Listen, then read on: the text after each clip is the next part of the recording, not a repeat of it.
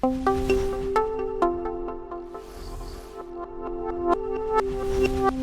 is designing for low friction, and does it apply to virtual reality? That's actually the same answer as the end there. So you want to design for low friction. This is effectively the idea of being able to complete any task from any place in the application. You want the fewest number of steps possible to get that done. And this reduces obviously the cognitive load that it takes to complete tasks. And this is particularly important in virtual reality and augmented reality, especially because most people are not used to being in these spaces, and they can be a little bit clunky if the experiences are designed in such a way that you're having to navigate with a bunch of menus. So make them low friction, make it to where you can really easily jump between locations and get what you want done with the fewest number of steps possible. Next one is, how are people monetizing virtual reality today? In a lot of the same ways that people are monetizing mobile applications and other digital technology solutions. Right? You have subscriptions, you have one-time purchases of a variety of pieces, but think of digital goods. The number of items, people are modifying their avatars tremendously because it's a representation of themselves. And so they're buying shoes, they're buying pants, they're buying shirts, everything they buy in real life. It's like we talked about in our presentation, right? What does this future look like? Kind of like a digital twin of our current world. All the same things, effectively, that we buy in the world today can be monetized and purchased in virtual reality and are already being done presently. Beautiful. I feel smart when you speak too. How can businesses benefit from a consumable product line? Oh, lots of ways. Thank you. Well, I just told everybody a lot of reasons why businesses can really benefit from a consumable product. I think the biggest reason is, or the biggest benefit is that extra income. If you have a service-based business where you only have 24 hours a day, 7 days in a week, like we did at the Sports Center, we got to a point where we had maximized our programming, so we literally couldn't fit any more revenue in there. We were turning teams away, so adding that additional revenue stream allowed us to make more money and allowed us to survive COVID. Taylor or Dylan, if I own a classic traditional brick and mortar business, how will the metaverse impact me? Bum, bum, bum. I'll take the first part, I guess, for that one. So, not every business is going to be better in the metaverse. Of course, there's going to be some experiences, but really most should consider this, if nothing else, from a brand perspective. Really, you want to be where the attention is. So if many people are looking at virtual reality, they're interested in the metaverse, you want your brand to be there. And right now, the metaverse, mixed reality, virtual reality, all these augmented reality, these sort of represent, in many minds, top of innovation. People are really excited about this, so it is a good brand move to be involved if you can. And on the brick and mortar side, especially if you're in the out-of-home market, it is actually worth considering. If you're a climbing gym, these things can be translated really well. If you like we kind of talked about before, pools, like playing pool, or going to bars, doing these kinds of social things, concerts, events. Depending on the type of, even if you're a movie theater, for example, there's a lot of opportunity for people to get together and watch movies together. This is something we already like to do. And it gives us the power to do that from our home. So if you're in brick and mortar and you have people come to you to do something for fun that's not food and drink, mixers, conversations, even something like this, right, is absolutely possible in the metaverse. And so you should definitely be looking at things like that. Yeah, I think if going on the climbing gyms and so on, it's not just that there's the brand exposure, and part of brand exposure is bringing you not only digital, there could be digital revenue streams, but bringing and driving people to your physical goods is still going to be a relevant thing. Nike's invested millions and millions of dollars into their first kind of marketing foray on the game Roblox, kind of their metaverse introduction. And that's now a huge revenue stream and an area of brand exposure. And they're there because hundreds of millions of people play that game. So it's going where the eyeballs are. But even in simple applications, if you look at OTAs, right? Selling experiences, hotels, all of those pieces. If you have inevitably there's going to be OTAs that exist within kind of a three-dimensionality to it. So Expedia will eventually have a three-dimensional layer. And when that time comes, you need some three-dimensional content. So one example might be, when you're doing videography, well, do some videography with a 3D camera. Right? Something as simple as that at least starts you down a path so that as soon as you can market in a three-dimensional way, whether it's on a browser or actually on a virtual reality headset, you'll already have that asset prepared, and that same experience is not like you're having some sort of core shift in your business. So there's a lot of different ways you can actually navigate that. Thank you. This one's for Emily. What are the differences from private label and proprietary products? I got it. So the difference between a private label and a proprietary product is that a private label is essentially a formulation that's already existing and you're just putting your brand on it. A proprietary product is something unique that you develop from scratch. So for example, the DeSalvo product that I made was a proprietary product. Actually, all of my products are proprietary, but I will say there is a brand out there sold by a very famous young lady, and her products, her cosmetics, are the exact same as various other cosmetics out there. So that's a good example of a private label. No names? You guys know who it is. Which is an amazing thing too when it comes to the power of branding and the power of the ability to build your brand, the marketability of having the same product, no different from another product, yet one person can accumulate a 9-figure, 10-figure business, and some people can go bankrupt, right? Which is an amazing thing about branding and likability and marketability and other facets we could talk about. All right, moving forward very quickly. Could someone please explain NFTs and what the purpose is meant to serve, and is there actually a point? Great question. So I'll kind of take this back to a fundamental place. Humans like exclusivity, right? We like ownership of things. And so, again, if you want to try to judge, is this something that is possible, or is it going to happen? Is this a fad? You may look at it through that lens. And of course, there's going to be corrections and market corrections because we're going to make mistakes. We're going to figure out what is intrinsically valuable about an NFT. But effectively, NFTs are, more or less, in simple terms, it's a digital asset that you have ownership of, right? And that is backed up by the technology. That's the way that my grandpa understood it when I explained it to him. There's obviously a lot more specifics, but you can own and create exclusivity, which can enhance and create supply and demand in ways that are not possible in the digital world without it. And there's a lot of other aspects of this that are important to recognize, but the most important thing is, how we derive value from anything is a big question mark, right? Like, why do we think the Mona Lisa is worth so much money? And so, is there a point to any specific NFT if the community thinks that there's some intrinsic value to it? Same thing with gold or any other currency for that matter. So I think that this is one of those things that time will tell exactly how this manifests. And NFTs are, of course, generally digital assets, but they can also be tied to physical assets and even digital or physical assets that generate revenue. We can tie revenue to ownership of these things. If an NFT produces money by simply existing, maybe you have the rights to these things, you start getting NFT tickets, these things can be recorded on the blockchain. And so there's a lot of room to develop this out, and it is the Wild West. So if you do get involved in NFTs, just practice caution, I would say, just because just like any other investment, there's risk. And in any new emerging technology like this, there's even more risk, but also higher reward potential. So there will be market corrections. I think there is a point, but it's effectively just ways to own digital assets that's provable with technology. Okay. For Emily, what is the startup capital one should begin for a well-designed product, and what funding sources would you recommend? Can we read that again? One more time. For Emily, what is the startup capital one should begin with for a well-designed product, and what funding sources would you recommend? Well, it really depends on the product that you're looking to do. Supplements tend to be expensive. Cosmetics are even more expensive.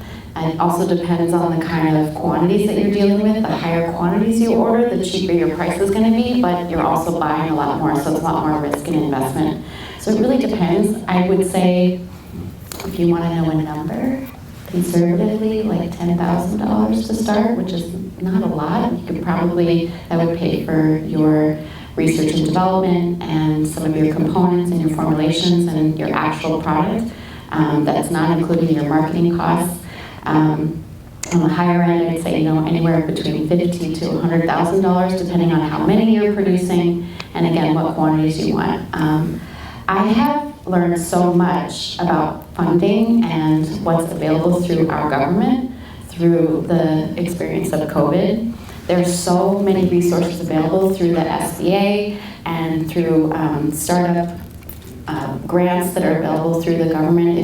Especially if you're a minority or you're a woman, there's a lot of resources available to get really, really, really low interest loans.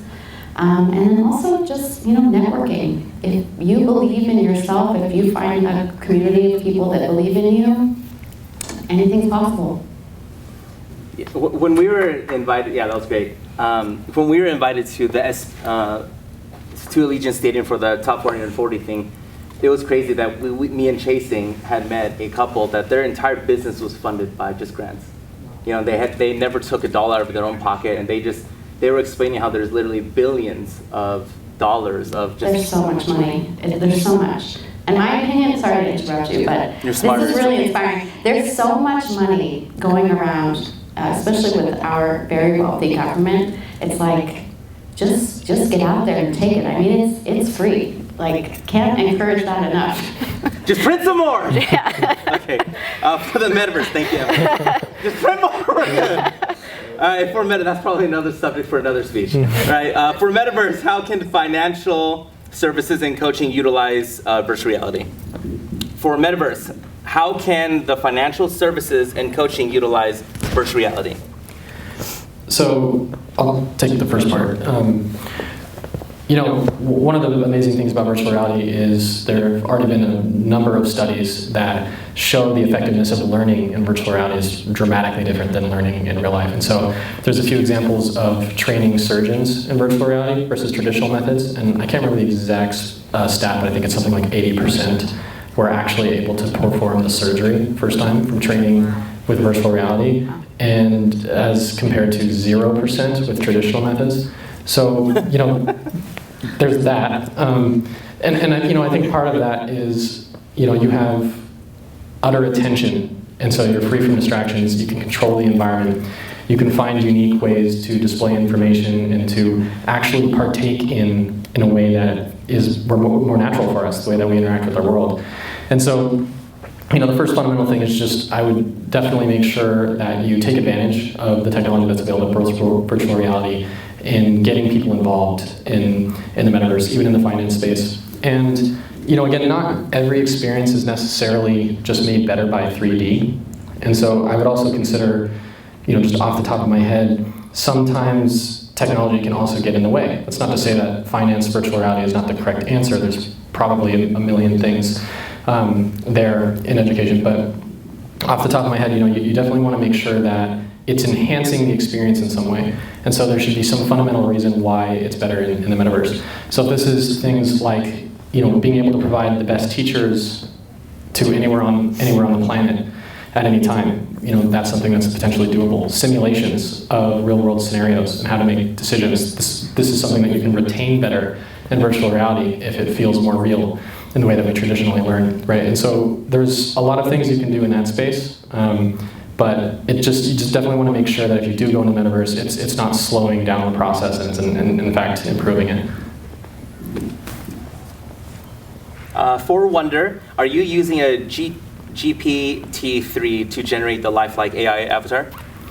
So there's a very similar technology there, which is converting text basically to this. There's a number of services out there that use things like this. So that is one of the fundamental innovations that allow that avatar to work. It's how we can, so absolutely yes. Dylan, Taylor, will BCI, brain-computer interface, this crowd is so smart, be a big part of the metaverse? You want me to take it? I believe so. Obviously, neural interfaces today are a ways off. However, there are some that already exist today that are showing really compelling and interesting things. And so interacting in ways, controlling things with your mind, of course, there's some easy low-hanging fruit that you can imagine in like the likes of video games. if people play video games and they want to shoot some magic. Applying these neural interfaces are going to allow us to, make magic happen, which of course will be more immersive and kind of fun. But, more simply, I think the more advanced that these get, we're going to, there's pros and cons to this, of course, because that kind of data is something to be aware of. And I'm sure that, because, problems with addiction or, just monetizing people based on when they're most receptive to receive a product ad, these are things that are, very likely going to be in the next, handful of years, maybe 10, 15, 20, I'm not really sure.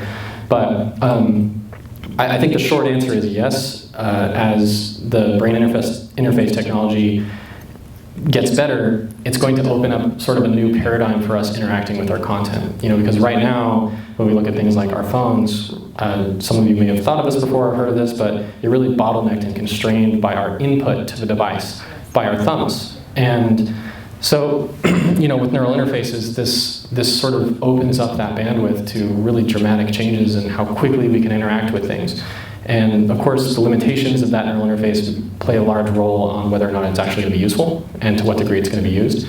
But you can definitely imagine, thinking certain things eventually and they happen. Swipe, dismiss. It's just going to lower that friction to interaction to have what happens, what we want to happen. So, yeah, I think the answer is probably yes. Taylor, how will news reporting be impacted in the metaverse? How will news reporting be affected in the metaverse? So, hopefully it's more truthful, but you saw some with the introduction of artificial intelligence, you won't know who's necessarily talking to you. That's actually been a big issue or oncoming concern with things like campaigns. If you think of political campaigns, who's saying what they said, or you may look at AI and you can train. That's a general application. There's still a slight uncanny valley familiarity with it. But as you see that advances, or there's better training on specific individual, that's going to be an interesting element of concern. But going a bit towards the metaverse, it's experiencing, just imagine experiencing the news in a more personal fashion, right? Instead of looking at a war that's happening overseas, you can have a three-dimensional live stream or reconstruction of that going on, and understanding what's actually happening on the ground. Those things can be experienced viscerally, and that is going to impact people's emotional response to these types of things. So I think in the way the news is, one element, obviously there's a ton of layers here, but just how is news delivered today, that is going to be enhanced, I think, in a more human fashion. But I think one of the big questions is balancing. Right now, a lot of the news cycle is built on what gets the most clicks and people through. So that's going to be an interesting balance because you're making it more immersive, more addictive in some ways. So it'll be interesting to see how it pans out. But certainly, news in the metaverse is real. How you get your news will be real, and an incredibly more interesting and immersive fashion. That's cool. What is the effects on eye health for long-term usage with VR headsets, blue light, etc.? Are we going to go blind? Honestly, it's a great question. There's been emerging studies on this, and this is potentially a little bit short-sighted. Of course, display is close to your eyes. There's people are looking into what are the long-term effects. A lot of this is fairly new in terms of the widespread use. How much time are they using? Do they have any other kinds of eye conditions or issues? So, I don't know the exact answer, but I think I've seen some definite clues that there could be some challenges there with the early displays. That being said, there are already a variety of displays that are coming out on the market right now, which are specifically curated to help, reduce this by dramatically. And so, it's again, we probably need a little bit more time to understand the long-term effects, but so far there's maybe some hints going in both directions. And because there's been general market concern about this, this is one of those things that people wonder, is this going to damage my eyes? My grandparents always used to say, don't sit so close to the TV, right? Now I got these things on my face. So obviously that's something that we're all thinking about, but these displays are already changing the way, and there's also different versions that are coming right around like laser projecting straight into the retina. And so, the short term of this is, this display technology that we're not using today, or that we are using today, is not going to be here forever. And so this is one of those things that we're continuing to improve. The $500 million plus real estate that was bought in the metaverse, Sorry, poor English. Sorry. Sorry, Nate. The $500 million real estate in Metaverse is what companies and funds, or is it individuals? So the $500 million that you guys spoke about, is that a company, individual, both combined? Yeah, so that was part of a survey that just studied I think the general transactions that happened. There's a lot of people that bought this. So I'm sure you guys have heard of, Snoop Dogg bought a bunch of land, and the land next to Snoop Dogg was more valuable because it's Snoop Dogg. And so, this is everyone from normal people to larger companies. And there's, the way that they do this, there's absolutely funds and family offices and, syndicates and all kinds of people that leverage money in various ways. And so it's kind of a collection of a lot of companies. And so, yeah, definitely would have to do a Google search to see who are the main ones today. But, this is an emerging trend that's pretty amazing to see. There's so much land is being bought, and really in just a couple specific environments. And on top of real estate, I was speaking at an event called Seeker Knock in San Diego, and you guys, we're going to bring in, myself and Chasing met him, and we're going to bring him in as one of the speakers. We just haven't locked in the date yet. It's a funny story because he's 17 years old, and there isn't one individual that has more real estate than him in the Metaverse. And he's going to be coming in as a speaker for our next workshop. So I'm very excited for you guys to be able to hear that. And it was so funny because he's 17. When I asked him, he's like, oh, let me ask my mom. For me, that was like the funniest thing because, it's crazy. And then one of the questions I asked him, and I'll probably ask him again when he's actually speaking with us, so I was like, oh, how did you learn everything? How did you put yourself in this industry? You're 17 years old. He's like, oh, I Googled it. So that really goes on top of everything that we've talked about. It's the ability to want to learn and not make excuses for yourself, or I've never done this, or I don't understand this, and that's all just nonsense that we sold ourselves on why we can't accomplish something, But moving on. With virtual reality, has been tested with LSD, DMT, etc., to enhance visuals or vibrations from sound where you don't need a full bodysuit to feel the VR movement. So I don't actually where to start with that one. You need the disclosure document. Right. Yeah. And I won't say names of who said this. I certainly will not necessarily condone that. Right. Practice at your own risk. But yeah. What's interesting about those psychedelics is they just completely hijack cognition. And so there's people who straight up just wear a blindfold, and that's all they need, and they experience extreme hallucinations and visual hallucinations that people generally report as more real than real, which I can't fully process. But I don't know if anyone's done studies with a virtual reality headset, but I imagine, I know that there's a number of apps that already exist. I think there's at least one that I can think of that is trying to simulate trips without the necessity of DMT and what was the other one? Whatever other psychedelics. Drugs. Just drugs. And so, I know even with the likes of meditation and stuff, you can induce, various consciousness states and stuff. So there are apps that are already trying to do this through meditation and visualizations.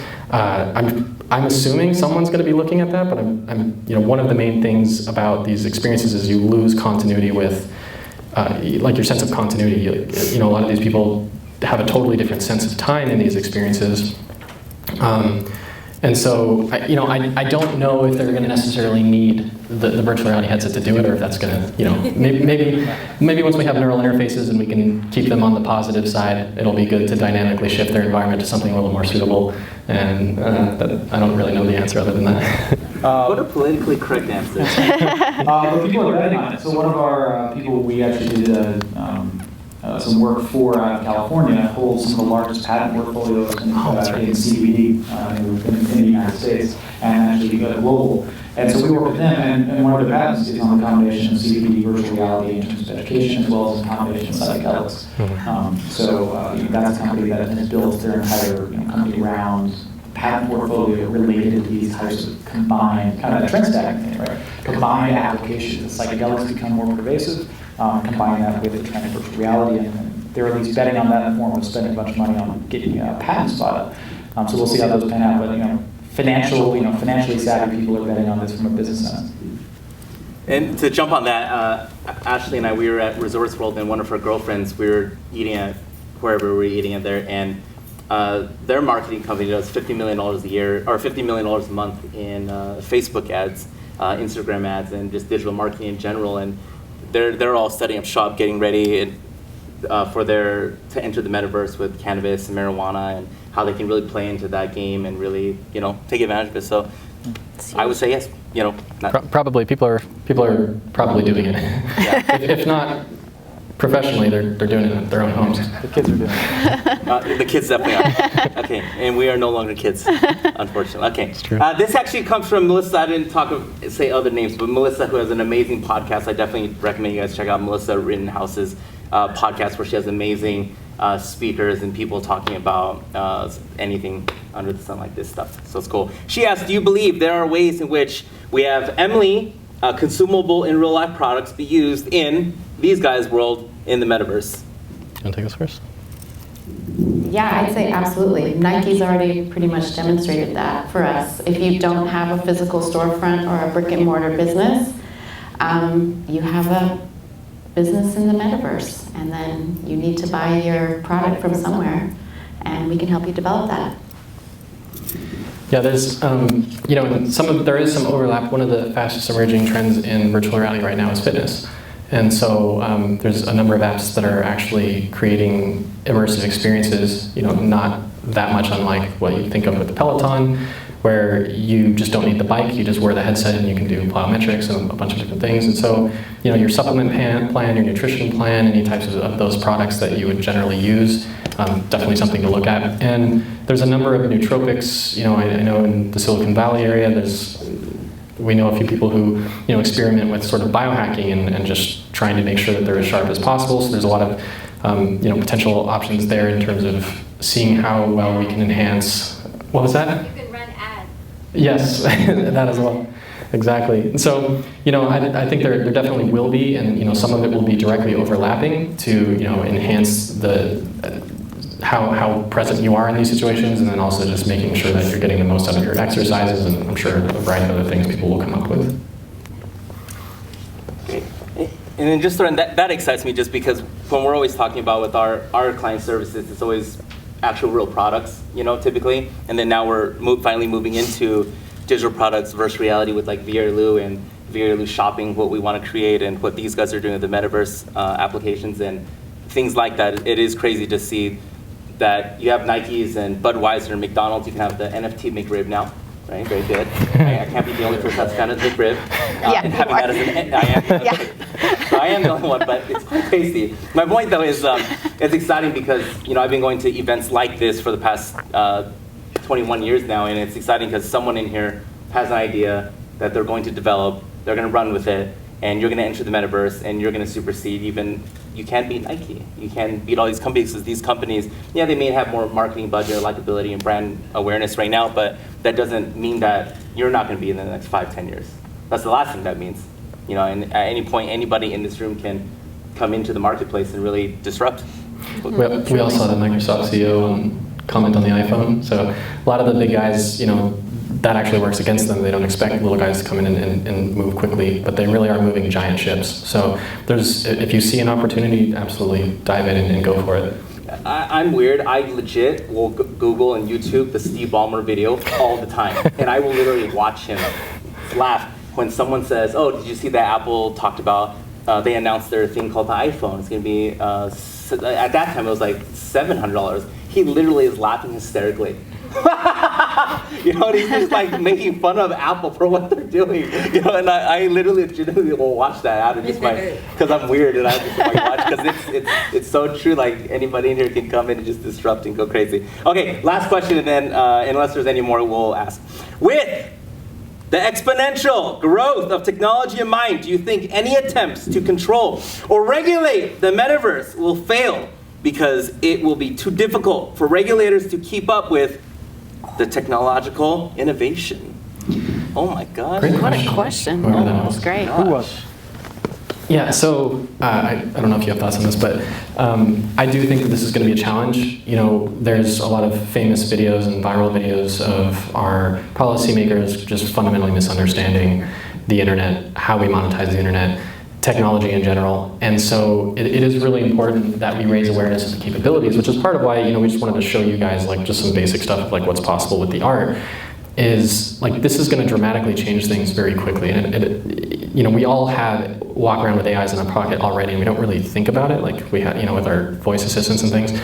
And really, it's just the beginning. So as far as regulators, I think there's a tremendous amount of good reason to be concerned and to get educated and to put pressure on making sure that policymakers understand the potential risks and benefits of these things, and get involved in a way that's healthy, that allows us to increase, again, a lot of problems. We're always going to have problems, but the faster we can innovate and iterate, the faster we can solve problems, and the better outcomes that we can have as a society.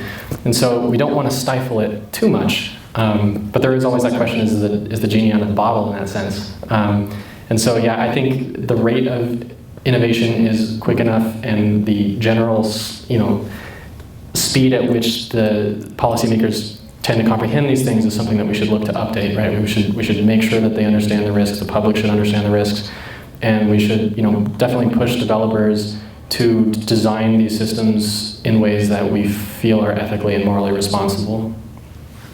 This is for Taylor. Oh.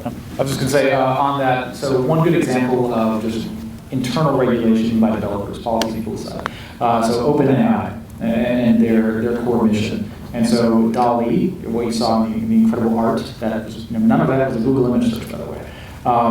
So on DALL-E's side, so that is a community, kind of open source community, working to provide access, public access to things like incredible advancements in artificial intelligence open to everybody. So there are good examples of kind of policies being formed by those within the industry, but it's still very early stage. A lot of the companies we work with out of like California, it seems like every other week they're like, hey, we can meet after this. I have to go meet with our council members or our state senators, because they're trying to proactively, as much as they can, inject their understanding and interpretation of the world, so that our policymakers can understand what's going on. Beautiful.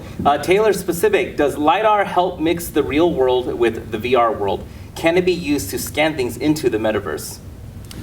Yes, and be experienced a bit by the metaverse as well. So there's a lot of really cool implications. So LiDAR is coming out with a lot of, so LiDAR is actually one of the technologies we're trying to utilize in our electronic glasses for the visually impaired, trying to see if we can integrate that technology.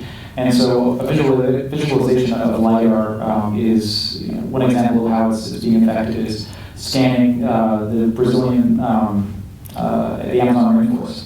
Is, okay, what's going on beneath the surface? How do we actually understand what's going on? Well, through LiDAR technology, they're actually able to fly over these locations, and through LiDAR, are actually able to map the entire surface of what's going on in the Amazon. And so they're actually uncovering entire civilizations that they did not know existed, that would take an eternity to try to figure out what's going on as you go through and actually have to hack away at the jungle. And so innovations like LiDAR, as you create and you're able to kind of three-dimensionally map the world around you, that's data. And with that data, you can help translate that, either augment what you're already building, or use that as a foundation point as you're building three-dimensional environments, like actually being able to do in the world of exploration. Growing up, I always wanted to be Indiana Jones, so that's kind of an interesting application, is you can actually explore part of the Amazon and the actual surface of that through that application and be able to translate that over.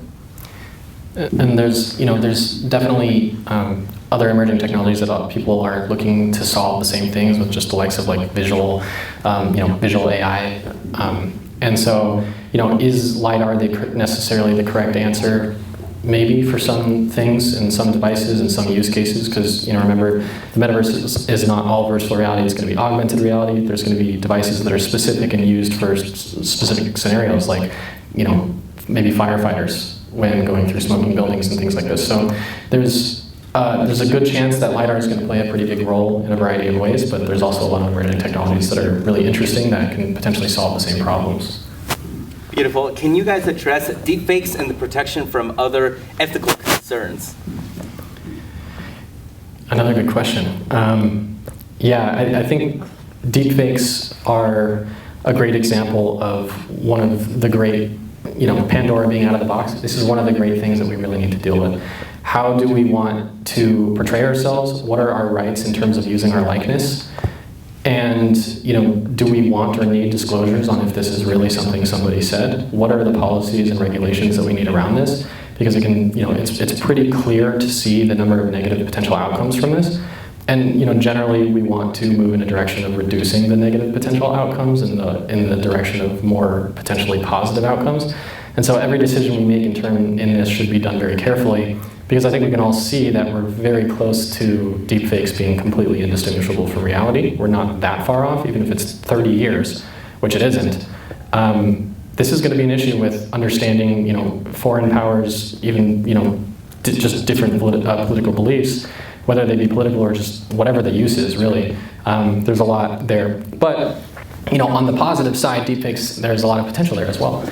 And so I think there's absolutely a lot of ethical concerns and something we should be aware of. And just like anything else, we really should look to consider what do we want this technology to be used for, and how do we want to regulate this? Because it is a concern if you don't know if someone's actually saying what what they're claiming to be saying. And you see it with your own eyes. It has a much more visceral effect when you see that implanted. But again, there's a lot of good opportunities there, so as much as we can improve positive outcomes and reduce the likelihood of negative outcomes, that's the most realistic, because people already know that this exists now, so people need to be aware of those risks, and again, we need to push designers and policymakers to try to reduce those possible negative outcomes.